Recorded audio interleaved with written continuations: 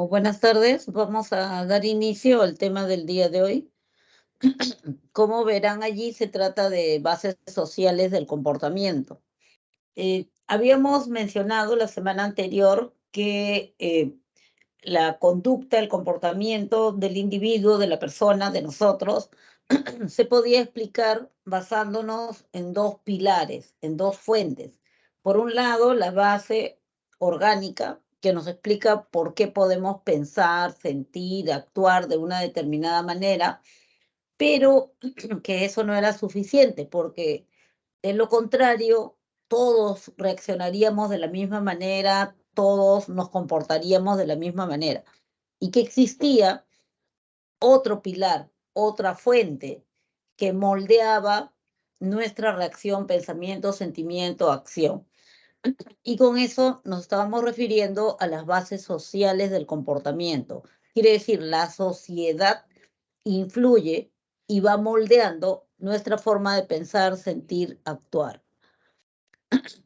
Esta es una gran pregunta, ¿no? Gran pregunta porque por los siglos de los siglos se viene repitiendo. ¿Hasta qué punto lo que hacen los adultos lo repiten los niños?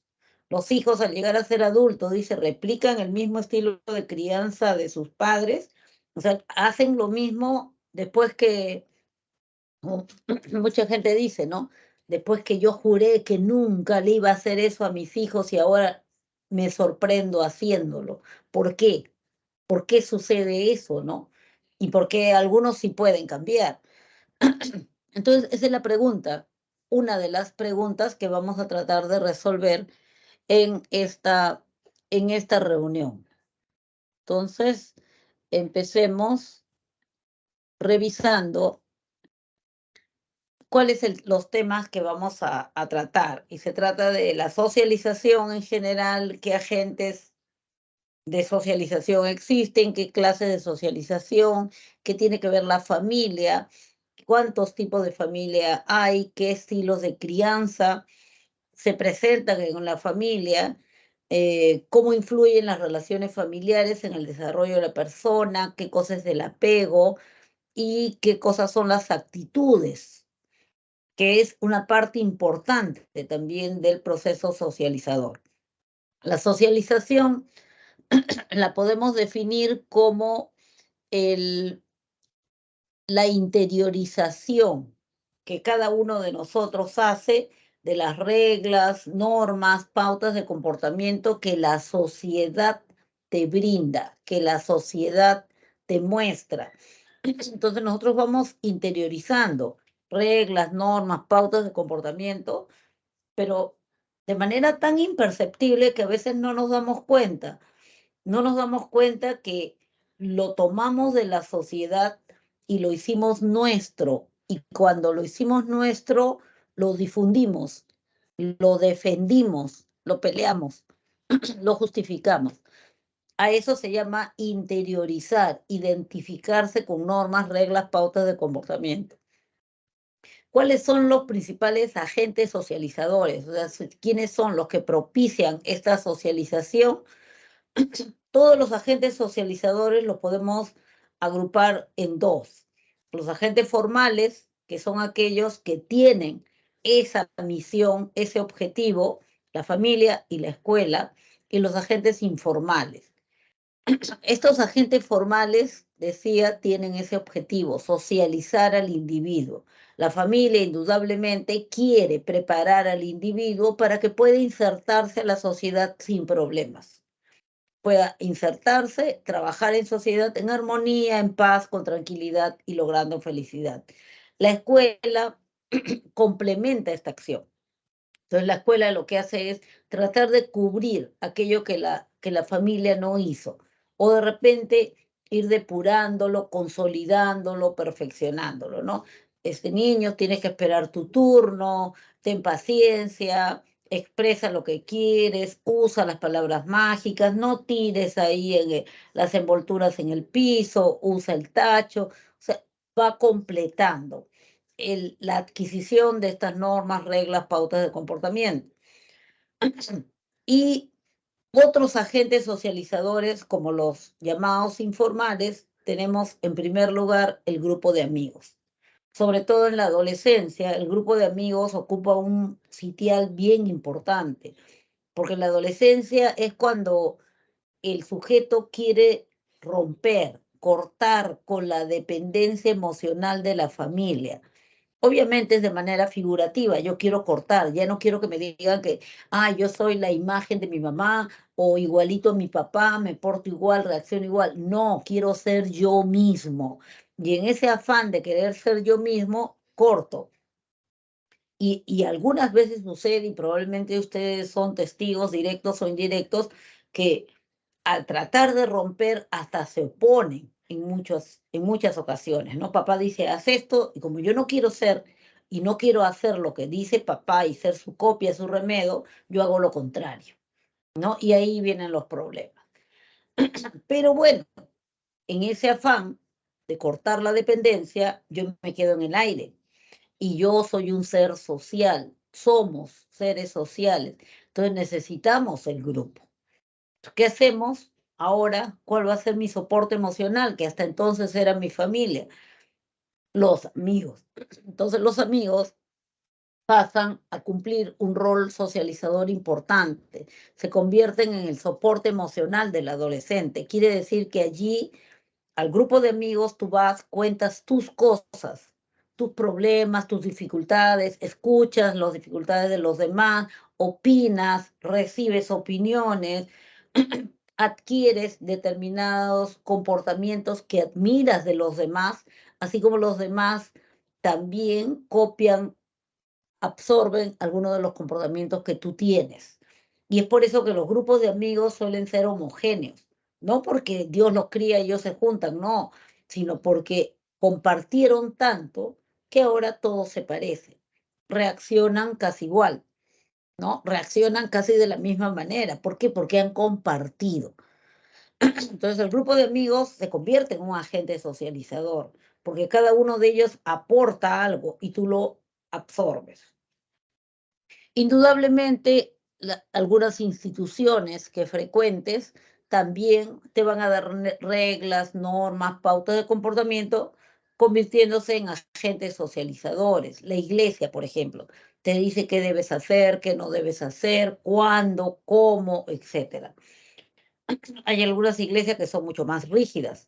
Hay otras instituciones que te ponen otras reglas muy particulares. Si tú los asumes como tu forma de ser y moldea tu personalidad, son agentes socializadores. Y no podemos dejar de lado lo que son los medios de comunicación, ¿no? El internet, todas las redes sociales son agentes socializadores muy fuertes, muy fuertes.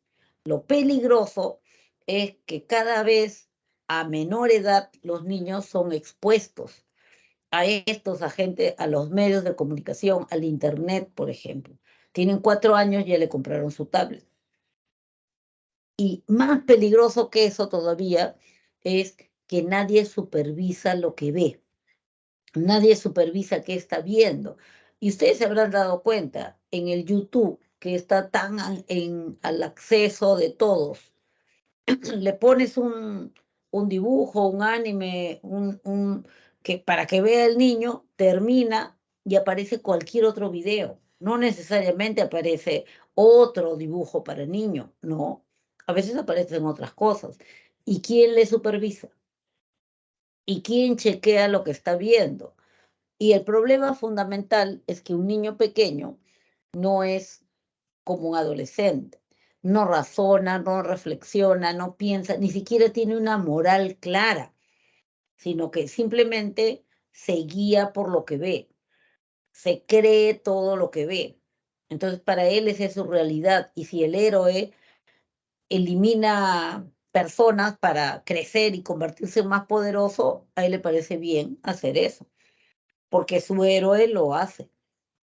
Entonces, allí hay que tener mucho cuidado. Ya, está bien, que agarre el celular, que agarre la tablet, que sepa manejarlo, perfecto, supervisa. Tú eres un adolescente, supervisa a tu hermanito. Si tu papá, tu mamá no lo hacen, puedes hacerlo tú, puede hacerlo tu hermana, puede hacerlo cualquier otra persona. porque tú tienes capacidad de discernimiento. Entonces tú puedes decir, no, pero no siempre las cosas se resuelven así. No se puede hacer de otra manera. Pero un pequeño no, simplemente lo absorbe como verdadero, como válido, como la forma, la única forma. La socialización, ay chicas, acá, puede ser de 3 tipos, o según el tiempo en que se produce, la podemos dividir en socialización de 3 tipos. Socialización primaria es la primera, la que se da en la infancia y en la niñez. Casi siempre es inconsciente. El niño pequeño ni siquiera se da cuenta que está interiorizando normas, reglas, costumbres, tradiciones, no se da cuenta, simplemente lo hace. Y para él o para ella, eso es lo normal, así se hacen las cosas siempre. Y lo hace por eso, porque así se hace, porque eso es lo natural. Y no sabe que está repitiendo costumbres, tradiciones, formas de pensar, formas de sentir, sentir aversión por algo, sentir acercamiento o atracción por otra cosa. ¿Por qué? Porque lo vi, porque mamá lo hacía, porque papá lo hacía. Entonces, yo voy interiorizando todo eso sin darme cuenta. Infancia, niñez.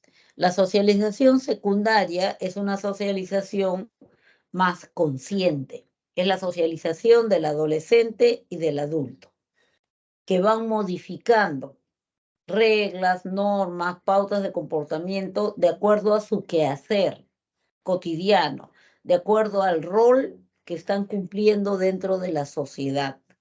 Entonces, yo voy asumiendo, no puedo ser tan explosiva y estar agrediendo a la gente. Tengo un trabajo en un banco o trabajo en ventanilla y por discutir con una persona me han echado del trabajo, ahora estoy en otro lado. No, tengo que cambiar. Entonces yo sola, yo decido conscientemente ir moldeando, ir cambiando mi carácter. A eso le llamamos socialización secundaria, ir adoptando reglas, normas, pautas de comportamiento de acuerdo a tu quehacer, a tu rol social. O de repente eres un administrador y tienes que aprender, porque la profesión te exige, a tomar decisiones bajo presión, a decidir por otras personas, porque es parte de tu rol. O lo haces o simplemente te marginas dentro de tu profesión. A eso llamamos socialización secundaria, la que asume el sujeto de manera consciente para adaptarse a su rol social. Y tenemos también una socialización terciaria, también conocida como resocialización. Esta socialización terciaria o resocialización, por si no se han dado cuenta, resocialización es una palabra compuesta. Re es el prefijo que significa otra vez, y socialización viene del proceso que estamos estudiando. Entonces, la resocialización es volver a ser socializado, volver a socializarme. Significa, en otros términos, volver a adquirir o adquirir nuevas reglas, nuevas normas, nuevas pautas de comportamiento. Se produce básicamente en 2 situaciones. Uno, cuando emigras. Eso significa cuando te vas a vivir a otro lado, a otro país. De repente ni siquiera a un país latino. Te vas a vivir a un país que tiene un conjunto de reglas, normas, pautas muy diferentes a las nuestras, los latinos. De repente te vas a Europa, te vas a Suiza, te vas a Japón. Y entonces las reglas, las normas que los rigen son diferentes a las nuestras. Bastante diferentes en algunos casos. O las asumes tú como tuyas en ese momento y te olvidas de las tuyas, o te marginas, porque todo el mundo te va a señalar, porque todo el mundo te va a criticar, porque vas a ser como un bicho raro. Entonces, generalmente uno se adapta adoptando las nuevas reglas, las nuevas formas de comportarnos. Hace algunas décadas, creo que ha sido en el 80, 90, la gente empezó a emigrar a Japón, se iban a Japón. Y era un trámite bastante oneroso, porque implicaba adoptar un nombre diferente, o sea, todo eso era ilegal, ¿no? Pero la gente buscaba, no sé cómo encontraba ancestros de Japón, sacaban documentos nuevos con nombres y apellidos diferentes, y una familia por allá que te reclamaba, y al final te ibas, con todos los papeles, con otro nombre, con otro apellido, te ibas a Japón. Trabajabas, ganabas, enviabas dinero, pero no te podías volver inmediatamente, porque todo el trámite había sido bastante caro. Entonces se iban y regresaban a los 3, 5, 10 años y volvían mucho más calmados de lo que somos los latinos, que nos apresuramos, que somos un poco impulsivos, que no dejamos conversar al otro, que interrumpimos, nada, calmados, escuchando, muy tolerantes, muy callados, calmos hasta para caminar, cruzaban la pista por las esquinas. ¿Qué pasaba? Se habían resocializado. Eso es la resocialización y se produce cuando tú emigras a un país, no cuando te vas de turista por 15 días o por 20, no, cuando te vas a vivir allá, 2 años, 3 años, 5 años o más. También hablamos de socialización terciaria o resocialización en el caso de las personas que han vivido bajo, bajo reglas antisociales, contrarias a la sociedad. Por ejemplo, delincuentes. Por ejemplo, los delincuentes. No sé si alguna vez se han puesto a pensar si que las personas que le robó o que le robó a un pariente, a un conocido de ustedes, en la noche tiene remordimiento.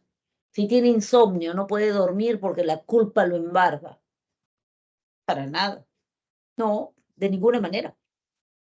No hay culpa, porque ellos están rigiendo bajo otras reglas. Para ellos es justo lo que están haciendo. Pero ¿cómo va a ser justo? Le has dejado a la señora tirada en medio de la pista por arrancharle el celular. Pero sus nietos le compran el celular la próxima semana. Yo necesito este celular para, qué sé yo, para comprarle pan a mis hermanos. O para, de repente, para comprar mi terocal que me hace olvidar que tengo frío. O para lo que sea, te lo van a justificar. Entonces no están llenos de culpa, no tienen remordimiento. O sea, para ellos están haciendo lo justo. Los sicarios que reciben el encargo de matar a alguien por WhatsApp ahora. ¿Sí? ¿Pero por qué lo mataste? O sea, ¿conocías a esta persona? ¿Sabías que era una persona importante? No, yo no sabía nada de él. Entonces, ¿por qué la mataste? Era un trabajo. ¿Y cómo lo ubicaste si no la conocía? Me mandaron la foto por WhatsApp, por 250 soles. Eso es lo que vale la vida. ¿Se dan cuenta? Entonces, en esos casos, las instituciones penitenciarias tienen la obligación y en el documento de su creación está estipulado, aunque lamentablemente no se cumpla, está estipulado allí que esa es una de sus finalidades. Su finalidad es resocializar al individuo para que cuando salga, cumpla su condena y salga otra vez a la sociedad, se inserte ya con reglas y normas que sean compatibles a la mayoría y no vuelvan a lo mismo. Lastimosamente, sí, pues no se cumple, no se cumple. Pero ese es el rol. Sin embargo, no podemos quitarle protagonismo a la familia.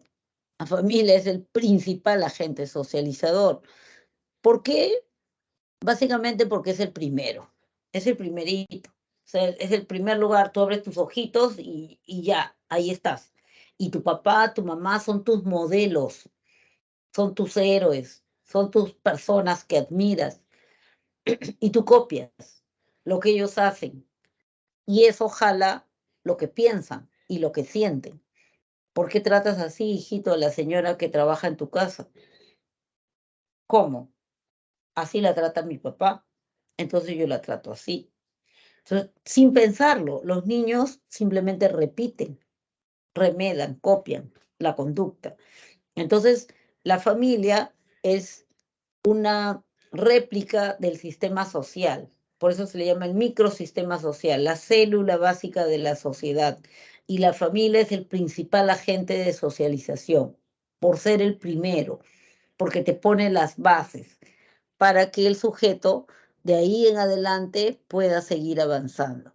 La familia, por su estructura, puede ser de varios tipos, por su estructura, o sea, por los elementos que lo constituyen. Puede ser una familia nuclear, que también se le llama familia elemental, uniparental o monoparental, donde solo hay un progenitor presente con los hijos, extensa o ampliada, donde además de los padres están los tíos o los primos o los abuelos viviendo en la casa, o puede ser reconstituida, ensamblada, reconstruida, que es el caso de familias que fueron uniparentales y ahora se han completado, ¿ya?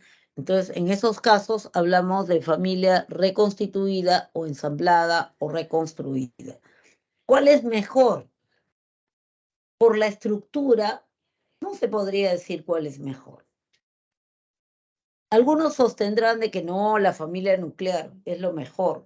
Podría ser, tal vez hasta debería serlo, pero ¿qué pasa si no hay unidad de criterio entre los padres? Si el papá dice, no vas, y la mamá le dice, espérate que se vaya y yo te dejo. Se genera inestabilidad en los chicos. Entonces, más que la estructura familiar, es la dinámica que se da entre ellos, ¿no? Es la unidad de criterio. La familia extensa, no, ese es un caos porque todos se meten, todos hablan. Puede ser, pero puede no ser. ¿Y qué tal si todos apuntan a lo mismo? Todos tienen unidad de criterio, todos censuran lo mismo, todos aplauden lo mismo. Entonces, más bien refuerzan lo que se le va enseñando a los niños. La familia uniparental también tiene sus cositas, porque hay quienes dicen, no, pobrecito, es que este chico es así porque no ha tenido padre, no creció con su padre. No, ahí en su práctica van a revisar que tienen un esquema de 11 tipos de familias más comunes en el Perú y cómo la familia uniparental o monoparental existe en gran porcentaje.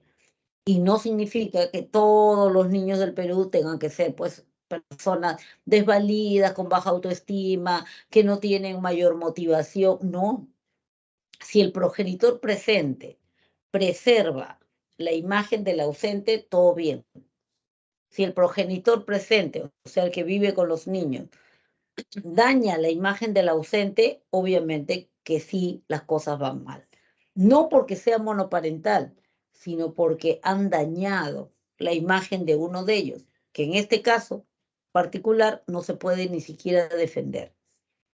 Entonces, si la mamá dice que el inútil de tu padre, el no sé qué, ¿no? Eres igualito al inútil de tu padre o algo por el estilo, entonces está dañando una imagen que todos tenemos derecho a preservar. Todos hemos nacido de una madre y un padre y está bien. Si los queremos, está bien. Si le estamos agradecidos porque nos han dado la vida. Porque gracias a ellos dos estamos vivos, existimos. Finalmente, si hubo divorcio o separación, no fue de nosotros, no fue por nosotros, fue porque no hubo compatibilidad entre ellos. Entonces no tendría que afectarnos a nosotros.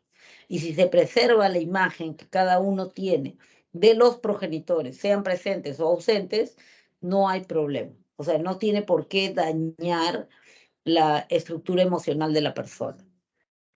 Familia reconstruida, no, ese es peligroso porque hay madrastra o hay padrastro. También es un mito. ¿Por qué tiene que ser mala? No, es que las madrastras siempre son malas. ¿Quién dice eso? No he leído. ¿Dónde has leído eso?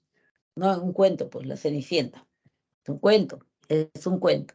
No, o sea, no tiene por qué. Por sí misma no tendría por qué ser mal. Nadie cubre la imagen de nadie. O sea, yo tengo a mi mamá, mi papá y mi padrastro.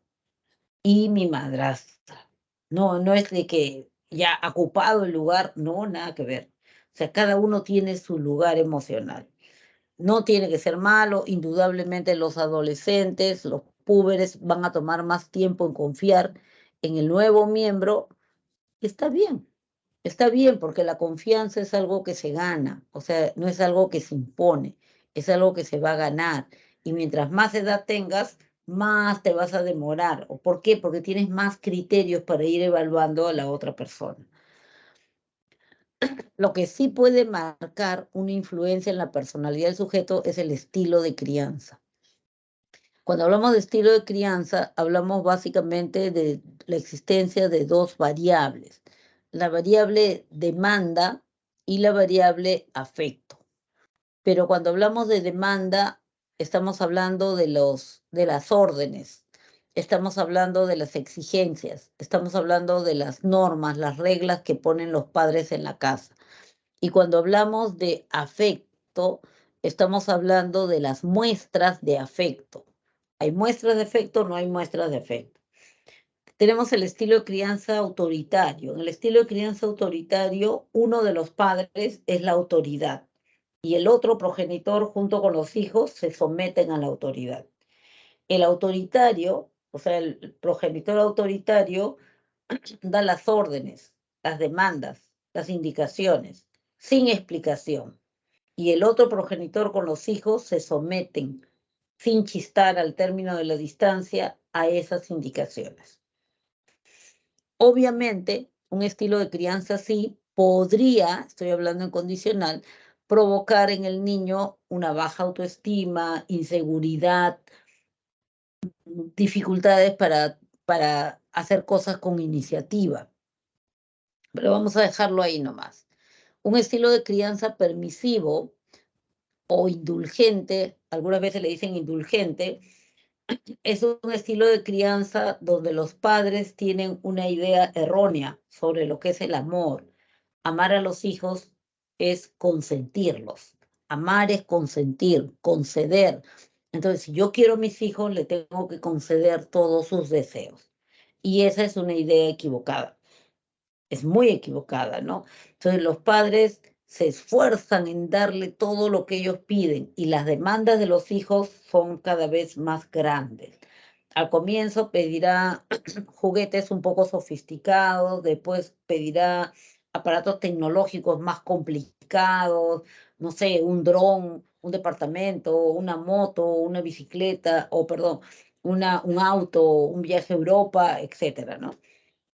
Son demandantes. Los hijos podrían volverse demandantes, tiranos, cero empatía, exigentes, indolentes. Y los padres se sienten con culpa todavía. ¿Por qué? Porque hay esa idea que tienen, ¿no? Que si aman a sus hijos tienen que concederle todos sus deseos, lo cual no es cierto, indudablemente. ¿Qué más puede pasar en este hijo? Además de volverse engreído, tirano, cero empatía, demandante, caprichoso. Algo más, frágil emocionalmente. ¿Y por qué? Porque todos, o la mayoría probablemente de los presentes, en algún momento de su vida escucharon un no. No, no te puedo dar eso ahorita. Espérate a fin de año. Espérate a fin de mes. No, no te lo ganaste. No vas a poder ir a tal sitio. No, un no. Entonces experimentamos una mezcla de cólera con ganas de llorar. Eso se llama frustración. Pero algo hiciste para salir adelante, para superar esa frustración. Eso que hiciste se llama mecanismo de afrontamiento a la frustración. Los mecanismos de afrontamiento son aquellas estrategias que espontáneamente nosotros sacamos desde chiquititos para superar frustraciones. Entonces, la mamá te dijo, trae queso de chocolate, no lo comes hasta que termines tu garbanzo. No, pero no me gustan, que muy duros, que no sé qué. No, entonces, trae para acá, nada. Lo guardo yo, me lo como yo. No, pero si es mío, me lo regaló mi madrina, que no sé qué. Entonces, pues, hijito, termina y te lo doy. ¿Qué te dijiste tú? ¿Qué hiciste tú para superar ese mal rato, esa frustración? Bueno, de repente, vamos a suponer, pensé, mm, ya pues no importa, no importa porque después me voy a quedar con el sabor de chocolate, después de comer los garbanzos que no me gustan, me como el chocolate y se queda mi boca con sabor a chocolate por mucho tiempo. Sí, sí, mejor. Ya. Esos fueron tus mecanismos de afrontamiento a la frustración. Los mecanismos de afrontamiento tú los vas depurando, corrigiendo, adaptando, mejorando conforme pasan los años. Y es lo que te sirve ahora para hacer frente a las adversidades de la vida, a levantarte cuando te caes, a seguir adelante, a seguir luchando por tus objetivos. Pero estos chicos que no tuvieron oportunidad de sentirse frustrados porque todo se lo concedía, no han desarrollado mecanismos de afrontamiento. Y en algún momento van a experimentar una frustración. Llegó a la secundaria, se enamoró de una chiquita. Los papás ya no pueden hacer nada. Los papás no van a ir y obligar a la chica a que lo acepte. La chiquita de repente sí, en un comienzo lo aceptó, después se dio cuenta que era un caprichoso, engreído, y ya lo dejó bien distante. Pero el otro está enamorado. Quiere, pero no puede. Generalmente dos cosas pueden pasar. O se deprime, depresión de verdad, al punto que no sale de su casa, deja el colegio, no quiere comer, no quiere levantarse de la cama, depresión de verdad, o busca un evasor. Los principales evasores son el alcohol, las drogas y todo lo que te produce adicción. Entonces son candidatos fáciles para hacer un proceso adictivo, porque no tiene mecanismo de afrontamiento y tiene que evadir eso. Los evasores te sacan de la realidad. Cuando una persona está drogada, se salió de la realidad, ya no está, se liberó de una realidad que no sabe cómo afrontar. Y por eso es peligroso. Lo dejamos ahí en pendiente. Estilo de crianza desapegado. Esa también es una palabra compuesta. ¿No? Significa sin, apegado viene de apego. ¿Qué es un estilo de crianza desapegado? Cuando hablamos del estilo de crianza desapegado, perdón, hablamos del estilo de crianza donde el sujeto o de los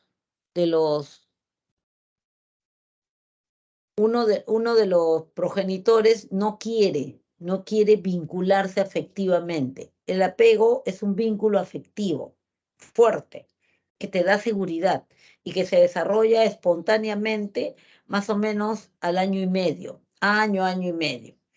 ¿Con quién? Con la persona que te cría. Puede ser tu papá, puede ser tu mamá, puede ser la nana, la abuelita. Esa persona que te cría, tú tienes un año y medio, te da tanta seguridad que tú puedes salir, jugar, explorar, desarrollar, porque sabes que si regresa, esa persona está ahí, no te va a abandonar. Sabes que si te caes, esa persona te va a salvar, te va a ayudar. Entonces, el apego es un vínculo afectivo bien importante, bien importante. Teóricamente, este apego luego va a saltar, o sea, se va a expandir a otros familiares. Entonces, ahora el niño ya confía también en la abuelita, se queda en la casa de la abuelita sin problemas, en la casa de la madrina sin problemas, etc. Luego va a saltar a las amistades. Ustedes, por ejemplo, confían en sus amigos. Sé que le puedo contar mis cosas y no me va a traicionar, no lo va a publicar. Y luego será la pareja, ¿ya? Entonces, el apego es la fuente de seguridad. Cuando hablamos de un estilo de crianza desapegado, hablamos de un estilo de crianza donde uno de los progenitores no quiere, se resiste a vincularse afectivamente con el hijo o con la hija. ¿Por qué? Por sus propios problemas personales. O sea, el niño no tiene nada que ver. De repente nació el niño o la niña y la mamá murió en el parto. Ya desgarrado, no sabe qué hacer, agarra a la bebita y se la entrega a su mamá, a su propia madre, o sea, a la abuelita. Críala tú, por favor, yo no sé cómo hacer, no tengo cabeza, yo voy a ir todos los días, etcétera.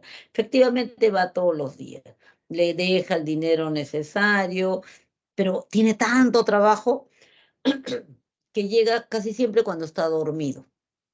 Y entonces ya va, la acaricia, le habla, le agarra la manito, pero en cuanto la niña hace el menor gesto o señal de que se va a despertar, yo me tengo que ir, se va, porque se muere de miedo de vincularse efectivamente con la hija.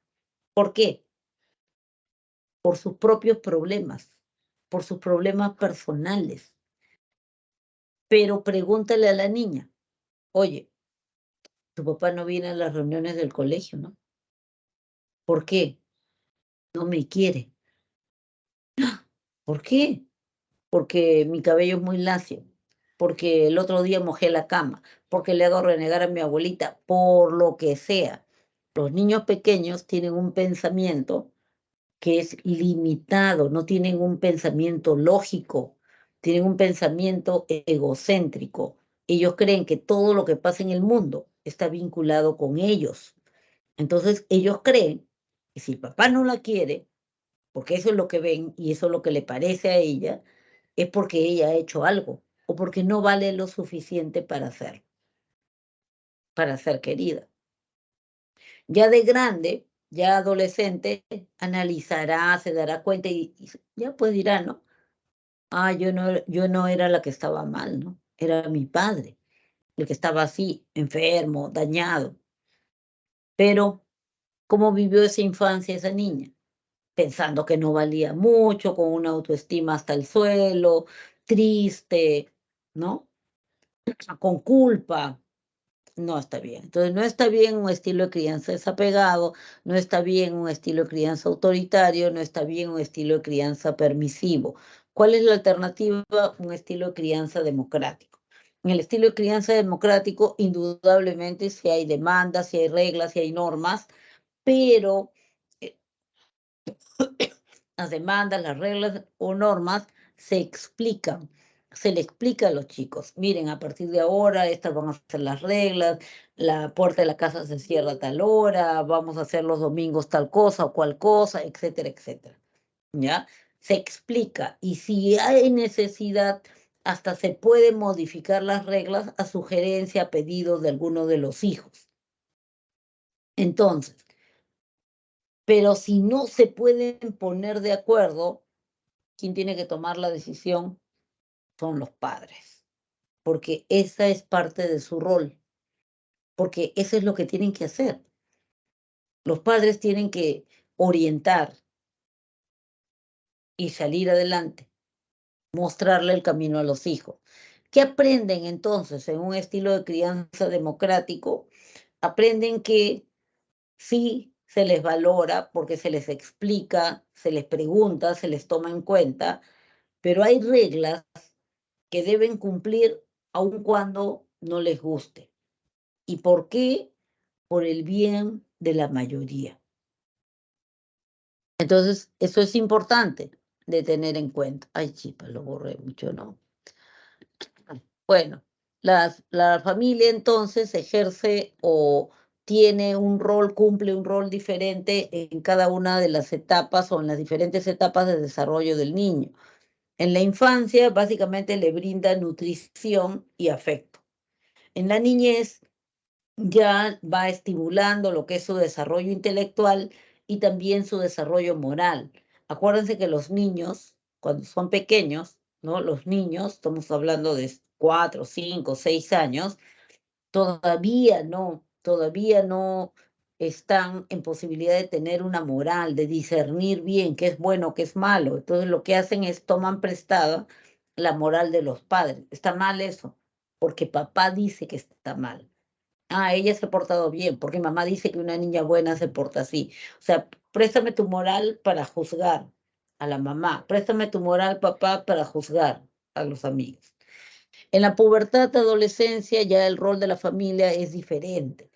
O sea, se orienta básicamente a la convicción, a convencer a los hijos, practicar, dar modelos de determinados valores, principios que lo van a llevar pues a fundamentar bien su conducta. Las funciones de la familia creo que son por todos conocidas, cumple una función reproductiva en la medida de que en la familia es donde crece, se multiplica la especie, una función afectiva porque allí encuentras afecto y tú también lo das. O sea, encuentras y das afecto. Una función socializadora, porque allí aprendes las reglas, las costumbres, las tradiciones de tu sociedad, de tu región, de tu país, de tu departamento. Una función de protección económica que probablemente sea la que más se ve, porque te compran ropa, te compran alimentos, tienes un techo, te protegen económicamente. Una función recreativa que probablemente en muchas familias se ha afiatado, se ha consolidado más en este tiempo de la cuarentena, porque no podían salir, se acostumbraron a compartir algunas actividades. Y una función educativa en la medida en que van a reforzar y valorar el desarrollo académico de los niños. Entonces, hablamos de la función educativa cuando está vinculada al estudio, al desarrollo intelectual y académico de los hijos. Ahí hablamos de que la familia cumple una función educativa. El apego, ya lo vimos, y otro de los temas importantes aquí es la actitud. La actitud es una predisposición a reaccionar en una situación social, ante una persona, un hecho, etcétera. Entonces, la actitud es eso. Tú estás pasando por la calle, de pronto hay un mendigo. ¿Cuál es tu actitud? O sea, ¿cuál es esa respuesta, esa conducta que parece espontánea, que parece que fuera muy natural, muy tuya, nada pensada, nunca aprendida? ¿Qué haces? ¿Ya? Esa es una actitud, es la disposición a reaccionar de una manera determinada ante un objeto, ante un evento, ante un sujeto. Puede ser acercándote, puede ser alejándote. Se dice que es una actitud positiva cuando se te acerca al objeto. Se dice que es una actitud negativa cuando te aleja del objeto. Y se dice que es una actitud neutra cuando simplemente te es indiferente. Las actitudes, aunque no parezca, bueno, tiene tres componentes, básicamente, ¿no? Un componente cognitivo que tiene que ver con el pensamiento. O sea, en cada actitud que tú muestras hay un pensamiento subyacente, un pensamiento. También hay un afecto, también hay una emoción y también hay una conducta. Entonces, estos son los componentes de las actitudes. Un componente cognitivo, un componente afectivo y un componente conductual. Algo yo pienso, ya estoy caminando por la calle y veo un mendigo, entonces pienso, "No, los mendigos son peligrosos". Ese es mi pensamiento, ese es el componente cognitivo de tu actitud y eso son peligrosos y eso me da miedo. Ese es el componente afectivo, la emoción que experimentas. Y me cruzo la pista y camino por la otra vereda. Ese es tu componente conductual. En todas las actitudes siempre hay tres componentes. Cuando alguno de estos componentes se altera, entonces podemos hablar de actitudes estereotipadas, actitudes prejuiciosas o actitudes discriminatorias. Cuando hablamos de un estereotipo o actitud estereotipada, hablamos de un estereotipo cuando ese pensamiento, que es el componente cognitivo, se ha generalizado para todo el grupo. Entonces, en vez de decir, Raúl es valiente, yo digo, todos los hombres son valientes. Cuando yo ya introduje la palabra absoluta, todos, es generalizado. Yo digo, todos los hombres son valientes. Eso es un estereotipo. O si quieren ser más específicos, un pensamiento estereotipado. Ahora, si el estereotipo favorece al objeto o persona calificada, se dice que es un estereotipo positivo. Y si más bien desfavorece o daña al implicado, es un estereotipo negativo. Por ejemplo, si yo digo, todos los productos extranjeros son buenos, ese será un estereotipo positivo para el producto extranjero.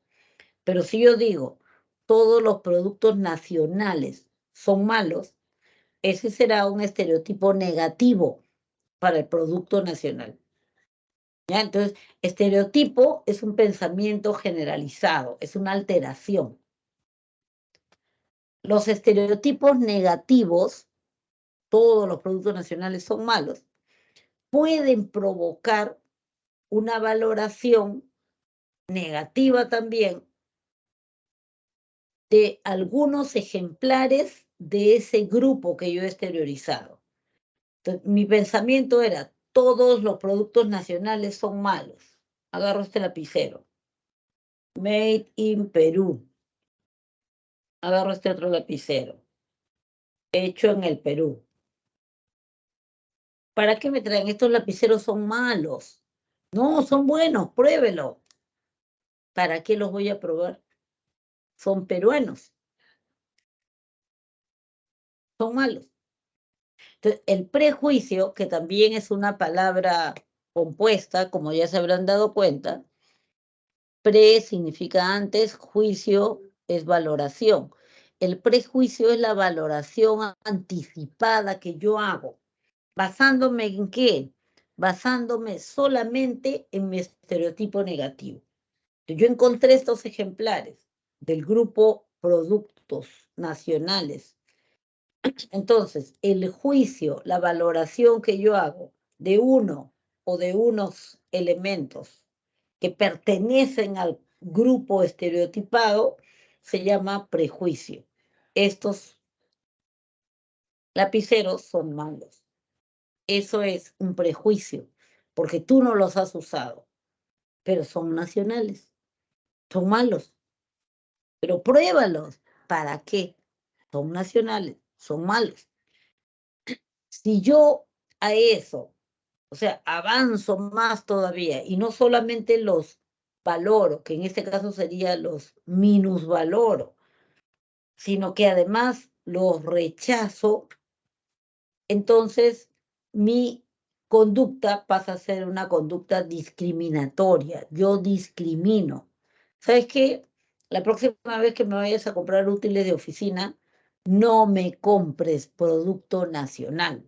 Estoy discriminando el producto nacional. Yo ya lo pasé a una acción. No compres producto nacional.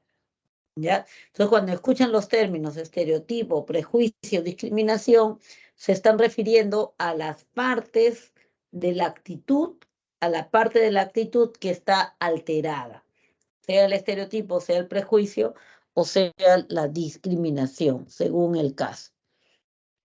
Indudablemente podemos encontrar estereotipos de diferente índole, ¿no?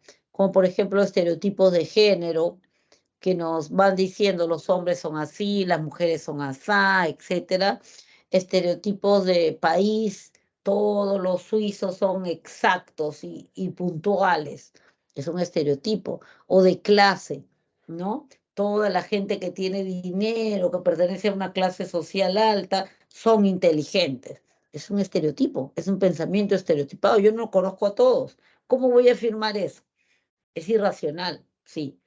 Hay estereotipos de raza, los latinos son, no sé, de esta manera, ¿no? Hay estereotipos religiosos, todos los cristianos son así o asá.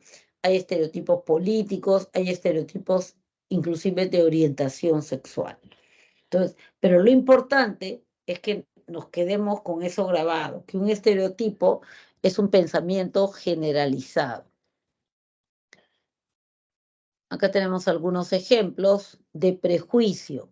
Cuando hablamos de un prejuicio, antes juicio, valoración. Estamos hablando de la valoración negativa que yo hago de algo sin haberlo probado, sin haberlo visto. Entonces miro a la chica, uy, tiene su cabello rosado.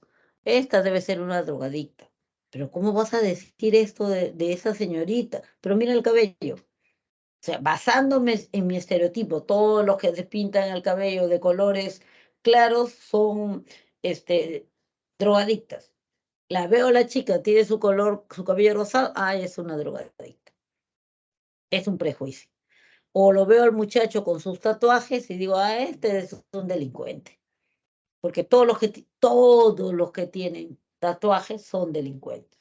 A veces hasta podría no decir la palabra, todos, pero está implícito, pues. Y digo, pero ¿quiénes se hacen tatuaje? Los delincuentes. Es un delincuente, entonces. Tú no lo conoces, pero tiene tatuaje, es delincuente. Ya, yo lo valoré, lo taché. Y acá, ¿qué tenemos? A ver esto. Me deja ver. Ya, la chica porque tiene su ropita ajustada, luce el cuerpo, ¿no? Ya, esta es una mujerzuela, dice, ¿no? ¿Por qué? Porque tiene su faldita alta, porque se viste de esta manera, etcétera. En el caso de la discriminación, bueno, fundamentalmente se refiere al trato de rechazo, ¿no? Exclusión hacia una persona, sea por sexo, orientación sexual, estrato social, procedencia geográfica, diferentes motivos, ¿no? No es casada, no se reciben casadas acá. No, estoy discriminando cuando estoy rechazando, cuando estoy separando. No se reciben de tal nacionalidad. No se reciben personas, no sé. En esta aula solamente entran los de cabello largo. Ya, puerta cerrada para los de cabello corto. Estoy discriminando. Cuando emprendo una acción que rechaza o separa a un grupo, ahí estoy discriminando. Acá hay otro ejemplo. Dice, ante las noticias de algunos desmanes en protestas, cree alguien que todos los que protestan son revoltosos. Claro, todos los que protestan son revoltosos. Ese es un pensamiento estereotipado. El prejuicio sería hacia uno o algunos individuos que hayan salido de la marcha. Uy, ¿de dónde vienes? Acá hubo una movilización, estaba en la marcha. Uy, ya este es un es un, es un revoltoso. Pero tú, ¿cómo vas a decir eso? Está viniendo de la marcha, ¿no? Entonces yo lo valoro anticipadamente. Discriminación, ya no lo quiero ni ver, que no se me acerque ya, que no dejes entrar a la oficina tales personas, estuvieron en la marcha. Ya discrimino. Ahí el racista, el machista, el discriminador, etcétera, etcétera. Bien, a ver si hay tiempo para, sí, un par de ejercicios, creo. Miss González, Dígame. a los chicos les queda 3 minutos para que entren a su break para su siguiente clase. Ajá, bien, ya, gracias. Entonces, miramos aquí. Quería ver si habían algunas preguntas por ahí. No. Todo claro, todo oscuro, no sé. Sí, no hay pregunta. Ya, veamos los ejercicios entonces. Dice, en un estudio sobre las comunidades campesinas andinas en Tayacaja, Huancavelica, se lee, los jóvenes que fueron a la ciudad, dicen los campesinos, desprecian nuestra música, vestidos, comida, costumbre. Ya no quieren hablar quechua, aborrecen a los que mastican coca, cholean a los paisanos, prefieren la ciudad porque son flojos, ya no quieren trabajar la chacra. Basándome en esa lectura, respecto al proceso de socialización, ¿qué podemos inferir? ¿Que los agentes informales no asumieron su rol? ¿Que se señalan los efectos de la socialización terciaria en los jóvenes? ¿Que los agentes formales tienen mayor influencia que los informales? ¿Que se describen las características culturales de la socialización primaria? ¿O que se destaca la importancia de la socialización secundaria en los jóvenes? ¿Qué dicen? A ver, alguna respuesta. ¿Perdón? Fuerte. La que se destaca la importancia de la socialización secundaria en los jóvenes. Acuérdense que la socialización secundaria es la socialización que te ayuda a asumir un rol social, a adaptarte mejor a una situación. En este caso, hablamos de gente que ha salido de las comunidades campesinas, ¿no? Se han ido a la ciudad muchos años, ahora regresan y rechazan, discriminan a su gente. ¿Qué dice? La letra B. Claro, entonces marcaríamos la letra B, ¿no? Es más bien una socialización terciaria. Han estado varios años en la ciudad y ahora rechazan ese tipo de costumbres y de tradiciones. ¿Sí? Bien. Que no les falte el tiempo. Veamos la clave respuestas. Ya saben que la clave respuestas la utilizan después de haber desarrollado su práctica. La resolvieron para poder ubicar cuáles son los puntos que todavía tengo flojo y cuáles son los puntos que ya estoy dominando y que solo necesitan una última repasada. Si así todo consideran que no están rindiendo a su 100%, pueden pedir una cita de orientación, consejería en la unidad psicopedagógica. Y eso sería todo de mi parte por ahora. Muchísimas gracias y los dejo. Ya será hasta la próxima semana. ¿Sí? Que les vaya súper bien. Gracias, Miss. Hasta luego. Gracias a ustedes. Nos vemos. Chao. Hasta luego. Hasta luego.